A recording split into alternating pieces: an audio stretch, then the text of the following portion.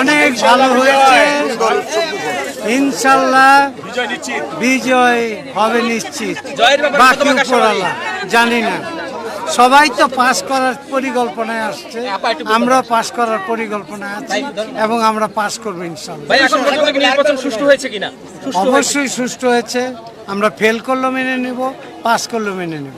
আসলে নায়ক নায়িকারা আসাটাই স্বাভাবিক, কারণ না আসলে তাদের তৃপ্তিটা মিটবে না যে আমি আমার ভোটটা দিতে পারলাম না।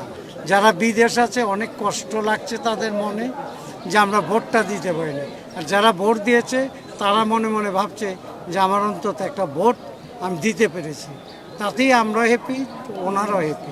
এবারে নির্বাচনে আপনাদের দুই প্যানেল থেকে যদি নির্বাচিত হন, সেক্ষেত্রে কি ওই পক্ষে যাব না কিংবা এরকম হবে কিনা? ওই টাইপের আমার মনে হয় না হবে। আর যারা যে কয়জনই জিতে হারুক, দুই প্যানেল মিলা হলে হবে, কিন্তু আমরা ঝামেলা বা ওই যে ওই দল রেখা দাও, এই দলে ঢুকাও, এইখানে নোংরামির মধ্যে যাইতে।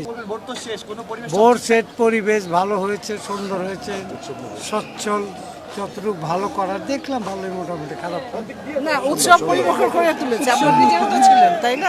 নিজেরা তো দেখেছেন অনেক সুন্দরভাবে ভোট, সবাই এসেছে, আমাদের সিনিয়র জুনিয়র সবাই এসেছে, সবাই প্রফুল্লভাবে ভোট দিয়েছে। একদম মনে হয় যে উৎসব, আমাদের উৎসব হচ্ছে। শেষ মুহূর্তে আমরা দেখতে পেয়েছি এমন কিছু শিল্পী এসেছে যারা চমকে দিয়েছে আসলে। জি জি, সেটাই আর কি। দীপজা ভাই একটু যদি বলতেন এটা ব্যাপারটা নিয়ে।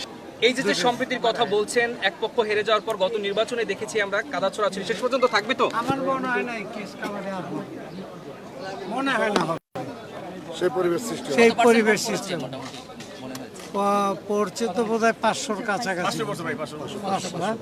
500-র কাছাকাছি পড়েছে। ভোটের পরিবেশ নিয়ে কিছু